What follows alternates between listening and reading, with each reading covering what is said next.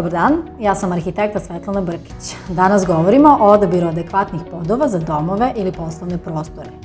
Kako podovi zauzimaju velike površine, neophodno je pravilno ukombinovati materijale i boje sa funkcionalnošću i budžetom koji se ulaže u određeni prostor. Odabir vrste poda zavisi od namene prostorija, željenih efekata i samih afiniteta korisnika.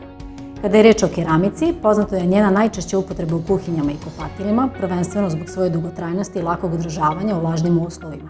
Ipak, danas je sve češća upotreba keramike i u drugim prostorijama, kako stambenih, tako i poslovnih prostora. Keramika je također najčešći izbor podne obloge kod podnog grejanja. Danas na tržištu postoji veliki izbor dizajna poput imitacije parketa, kamena, najrazličitijih printova, dekoracije itd. Ako želite da postignete toplinu prostorije vašeg životnog ili poslovnog prostora, odaberite neku vrstu parketa. Postoji veliki broj boja i veličina parketa koji se može slagati na različite načine. Toplina se može postići i upotrebom tepiha ili tisona, kako za stambene, tako i za poslovne prostore. Tekstil se može pronaći u velikom broju boja i oblika. Treba voditi računa o tome da svetli podovi otvaraju prostor, čineći ga vizualno većim. Često se koriste za male i slabo osvetljene prostorije.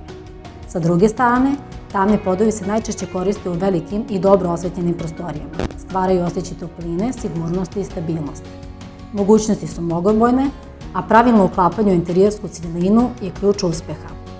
Nadamo se da su vam ovi savjeti korisni, a ukoliko imate dilemu možete kontaktirati naš tim. Pozdrav do narednog videa!